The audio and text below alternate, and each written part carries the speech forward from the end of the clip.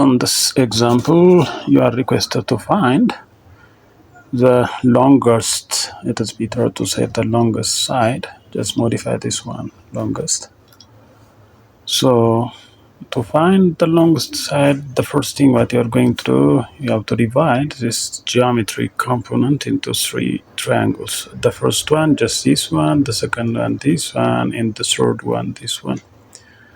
So what you are going to do, just you have to remember the principle of triangle inequalities.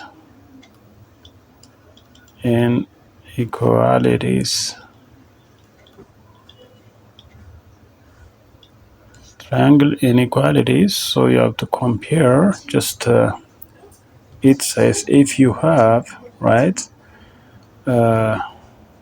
largest angle is there, opposite to largest angle, you'll find longest side, right, longest side, and opposite to smallest angle, you'll find just smallest,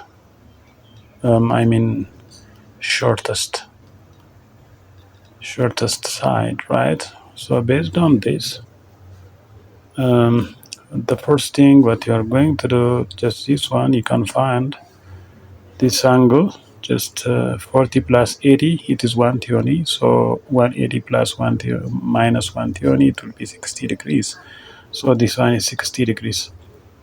So 80, 40, 60. So which one is longest side? This side opposite to the largest angle. So C is greater than just A and B.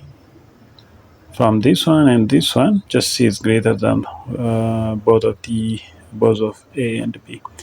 And here you can go for 86 plus 48. Just 86 plus 48, it will be 14, 1 is there, 13, 134. So 180 minus 134, it will be 10 minus 4, 6, 7 minus 3, 46. So this angle is just 46 degrees. So 48, 46, and 86. So opposite to 86, you'll find K. So K is greater than both C and D, right? And lastly, you'll find 91. And you see 91, and this one, just they are acute angles. Acute, right? This one also acute angle. That means they are below 90 degrees.